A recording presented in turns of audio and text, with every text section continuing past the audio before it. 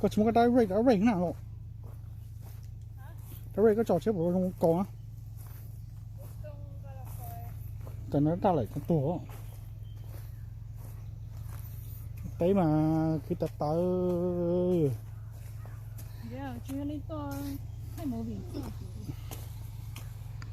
chỉ cứ muốn nó mà chỉ tao nó từ nhìn là cứ chỉ là cứ thay đổi rồi nhau lúc này tới chuyện mình cả nóว่าอะไรgì sao mong ta là chỉ tôi tay thế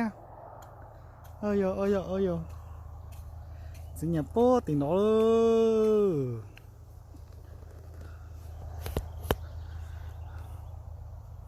นี่ปอเลยเที่ยวเลยใช่ไหมวันนี้เราจะชับเลยเลย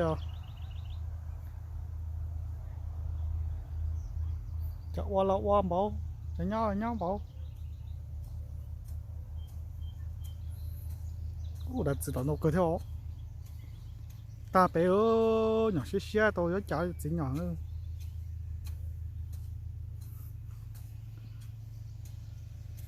cái cái món hay cái món cái chỉ món sao biết chơi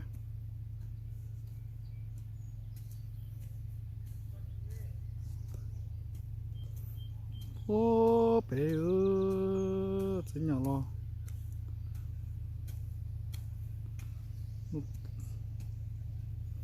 không tính nào mà cho chỉ nhỏ lo một nó luôn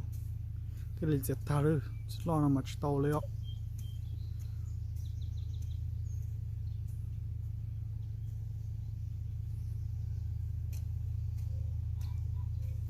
nó tới chỉ xong mong lời của ta nó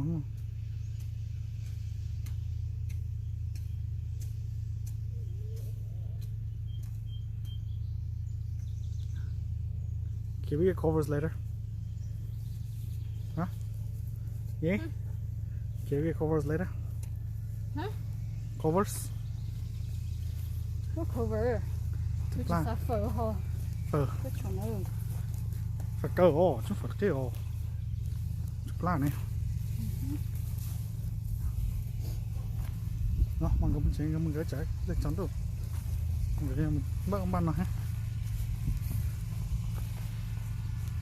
mình thấy mình nhỏ có chuyện này cái toàn chiếc hình nằm một tỏ nằm một cái nằm bỏ tỏ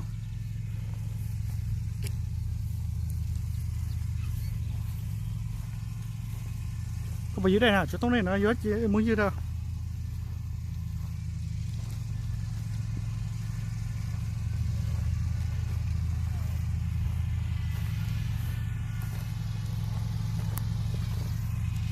rồi cặp so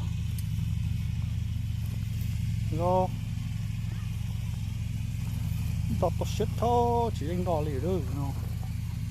tôi sẽ không nữa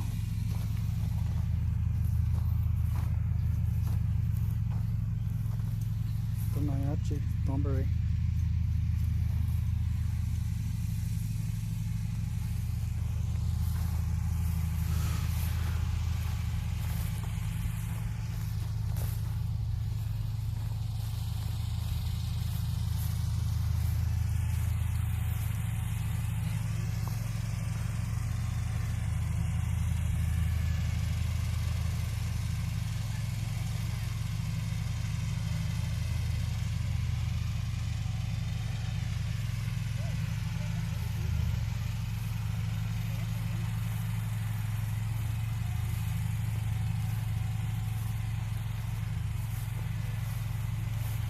nhà tới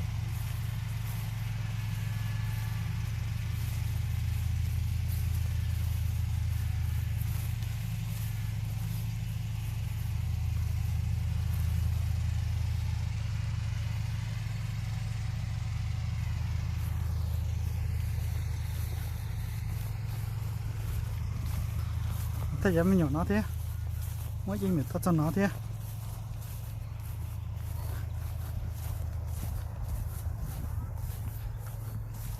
nhớ nó cho nó tao chỉ nó hả Daddy bếp quá. Daddy. hả Daddy 이거 bếp quá. nó bếp quá. ok bếp quá. nó nghe cắt tờ tờ cái sao cái nào chi nó nghe mà có anh mì cái vắt sao hối gì hối liền à cắt chơi à ya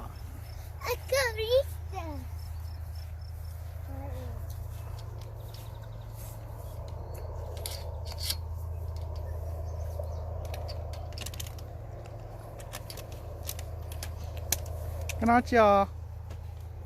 nó cái à bạc cá hả cái nào chi He hả doesn't know what you're speaking about. hả He doesn't know what you're talking about. cái nào chi món gì đây hả giá chi à Don't cái chi cái những món mình cả nó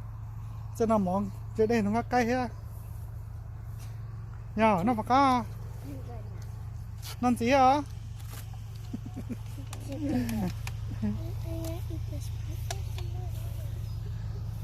cái tạt tà li tay kia ơi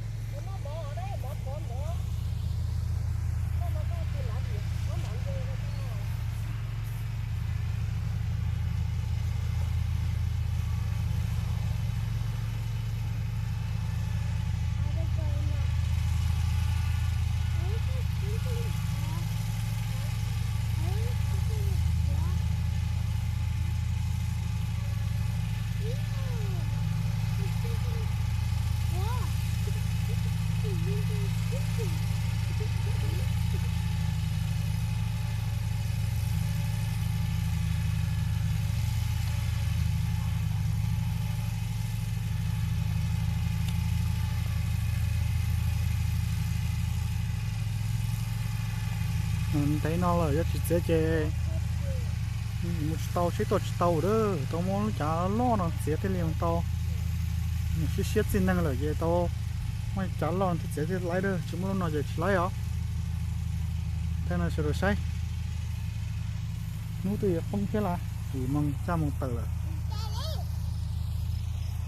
bỏ ra một chơi lô xuống ra một chơi nữa tiêu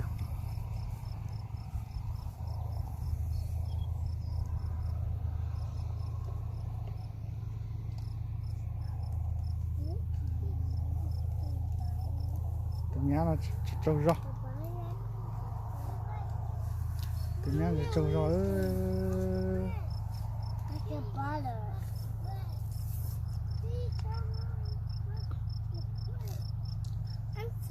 nó béo cha bên sai hôi cha sao gì hả cái nồi mỏ chưa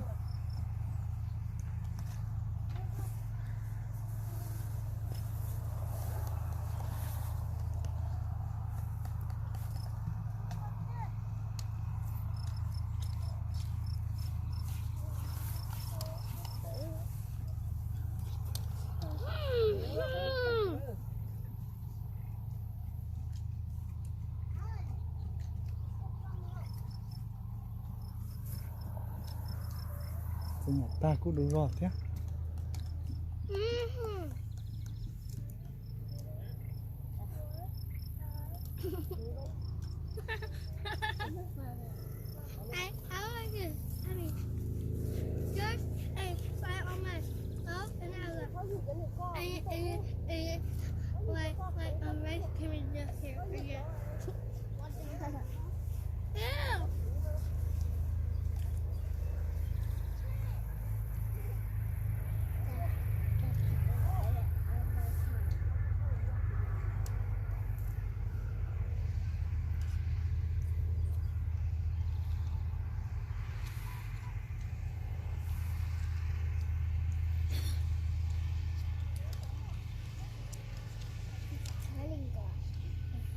Yeah, it's cutting grass, right?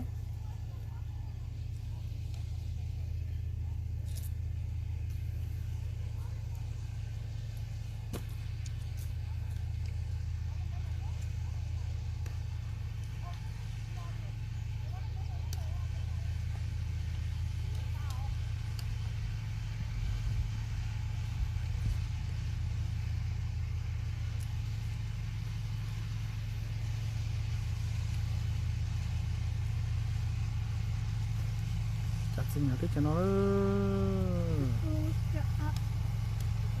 Daddy, can I tell you something? Can I, Daddy? Rồi.